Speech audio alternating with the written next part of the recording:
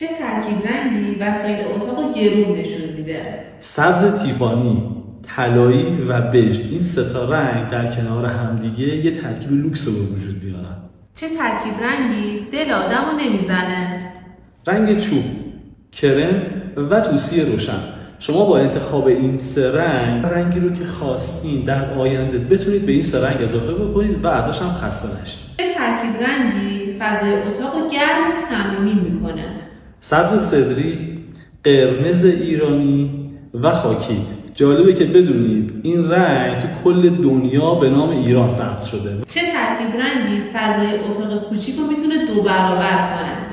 اول سفید نیمه براق که خیلی مهمه، دوم کرم روشن، سوم به انتخاب خودتون یا سبز اقیانوسی رو انتخاب کنین یا آبی روشن. چه ترکیب رنگی وسایل اتاق ارزون نشون میده؟ این خیلی مهمه که بدونید چه ترکیب رنگی وسایل اتاق ارزون نشون میده و زود دل آدم رو میزنه. چند تا رنگ هستن که باید برات توضیح بدم. کلمه رنگ رو برام بفرست و قبلش هم پیج و فالو داشته باش که بتونم برات بفرستمش.